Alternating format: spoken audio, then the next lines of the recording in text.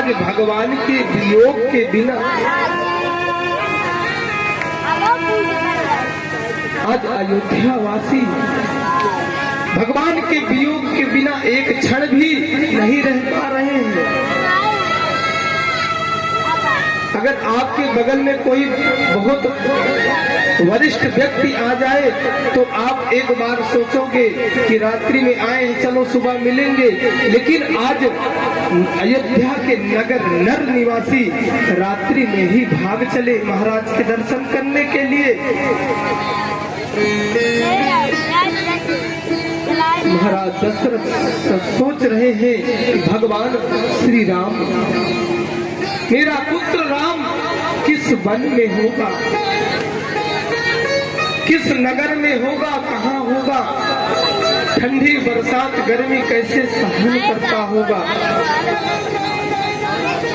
राम राम कही राम सने उन्हीं का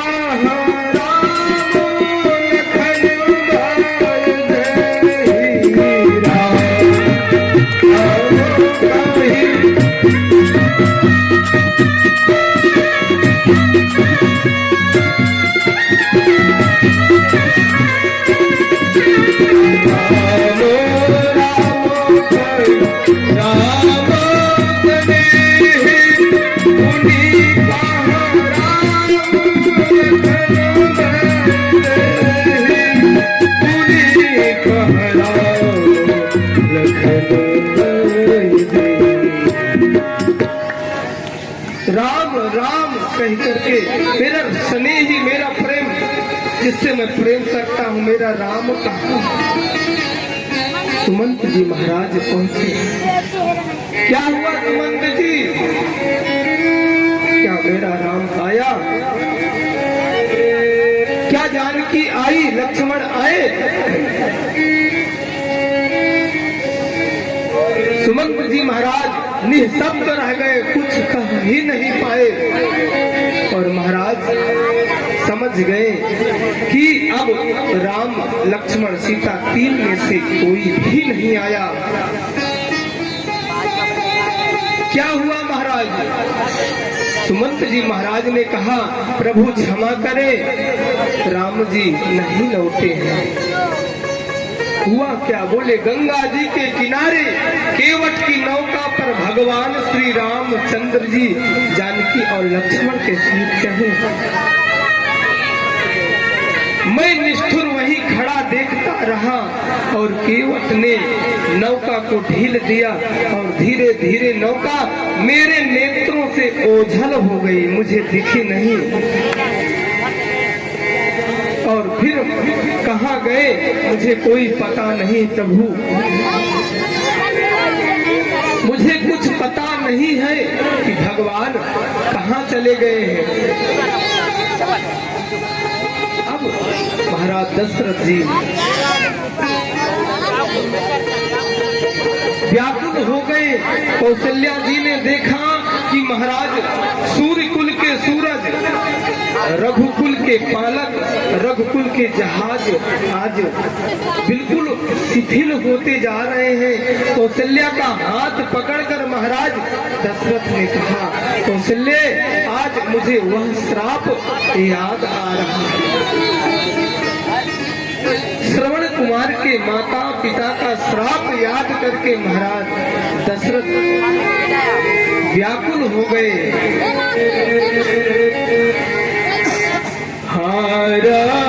रघुनंदन प्राण प्रीत तुम बिन दिया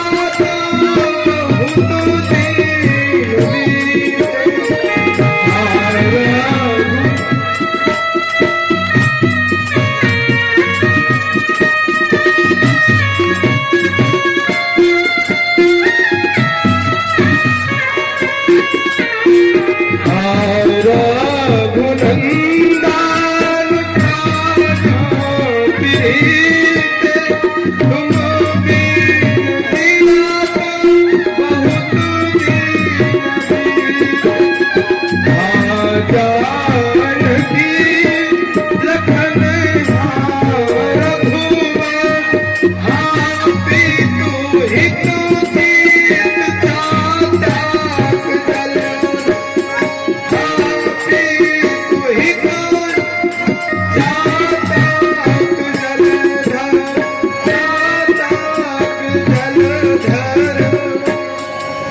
हाँ रघुनंदन प्राण प्रीत, हे रघुनंदन आप मेरे प्राणों से मुझे प्रिय हैं।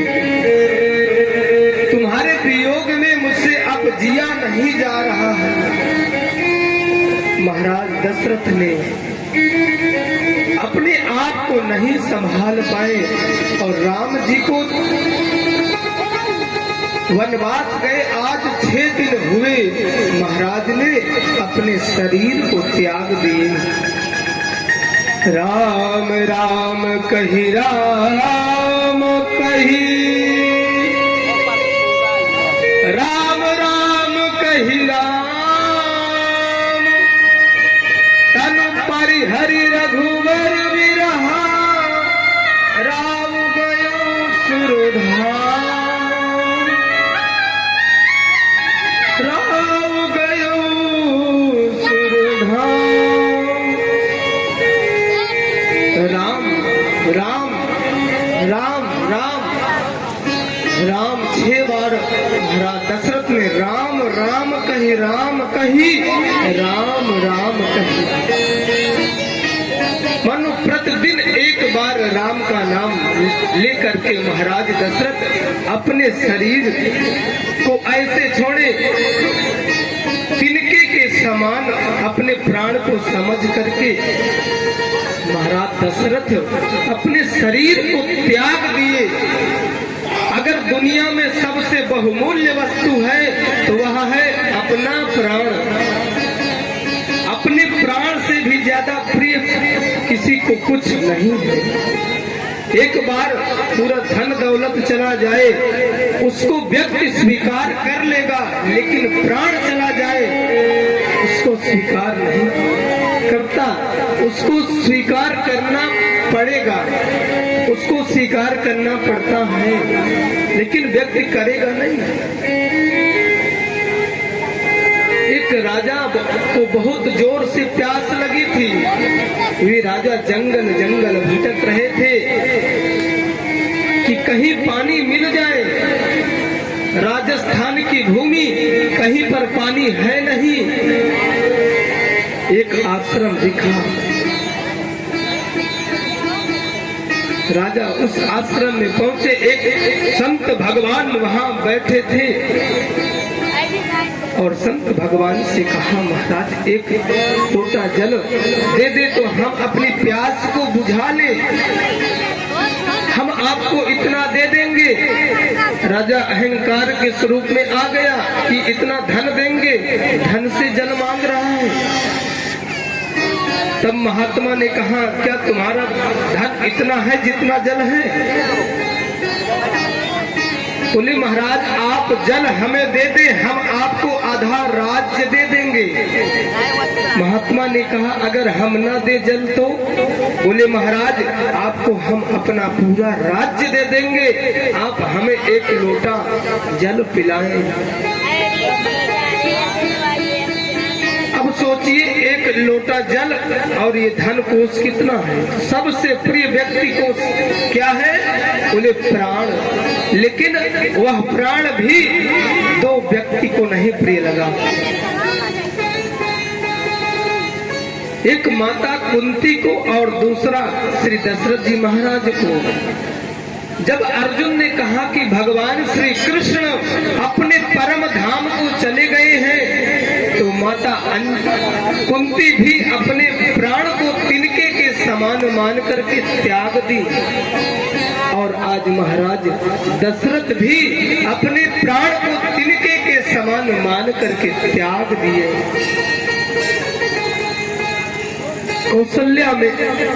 कौशला में अवधपुरी में शोक का मातम फैल गया। सब रानियां विलाप कर रही हैं। दिल पाहि बिकालो दासे आरु दासी, दिल पाहि बिकालो दासे आरु दासी, हर घर रुदाना करही पूर्वासी, हर घर रुदाना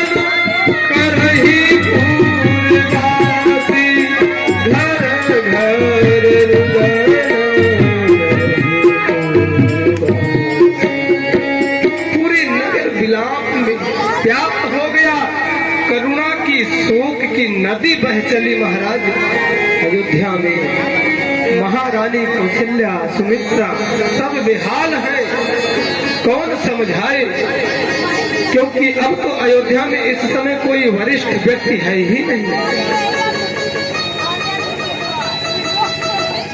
महाराज राम जी भी नहीं है, दशरथ जी महाराज तो प्राण को त्याग ही दिए। वशिष्ठ जी महाराज आकर के सभी को सांत्वना देते हैं और वशिष्ठ जी महाराज के सांत्वना सुनकर सब बोलते हैं ये दुनिया है।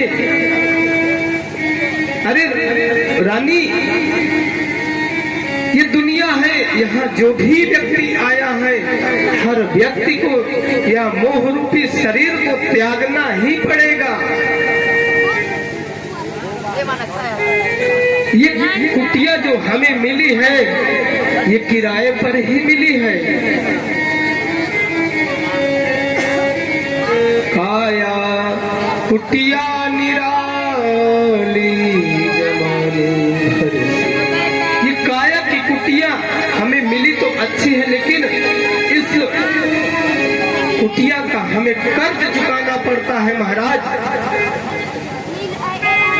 जब तक इसका कर्ज रहेगा श्वास चलेगी, और जिस दिन कर्ज समाप्त श्वास बंद, घर के ही लोग आपको एक अलग समझ करके आपको त्याग देंगे। जब तक इस काया में श्वास चल रही है तब तक आप समझिए मेरे अपने हैं, नहीं तो उसी दिन कह देते हैं महाराज इस बिस्तर को भी हटा दो, ये वस्त्र को भी हटा दो। अगर दुनिया में देखा जाए तो कोई किसी का नहीं है। देखिए, अगर इस शरीर से सांस अगर छूट जाती है तो एक क्षण में व्यक्ति उसको घर से बाहर ले जाकर के लिटा देता है, वहीं भले बैठा रहे लेकिन घर से अलग कर देता है। क्या मृतक व्यक्ति अपवित्र है? एक व्यक्ति की शव यात्रा जा रही थी और उस शव यात्रा के पीछे हजारों लोग राम राम सत्य है, राम राम सत्य है कहते चले जा रहे थे। भोले बाबा ने कहा कि भाई सबसे बड़ा भक्त तो ये जो अर्थी पर लद कर जा रहा है यही है, जिसने आज भले अपने जीवन काल में एक बार भी राम नाम सत्य नहीं लिया, लेकिन आज मर गया, हजारों लोगों के मुख से बुलवा रहा है राम नाम सत्य है। भोले बाबा उसके पीछे पीछे दूसरे वेश में लग गए और भोले बाबा वहां बैठे हैं, चिता जलने लगी। अब सब लोग इधर उधर हो गए। कोई कहता है भैया जा रहे थे बाजार, सुना कि फलाने खत्म हो गए तो बाजार नहीं गए, आज सब्जी भी घर में नहीं आई और इनके मिट्टी में चले आए। कुछ कह रहे थे महाराज ऑफिस का काम था। देखिए उधर लाश जली, सब जली, इधर बात बदलने लगी, व्यक्ति बदलने लगे। कुछ कह रहे थे ऑफिस का बहुत जरूरी काम था लेकिन आना पड़ा। कुछ तो ऐसे मूर्ख थे कह रहे थे अरे इनको मरना था तो आजे मरे हैं, रविवार को मरते, छुट्टी थी उस दिन।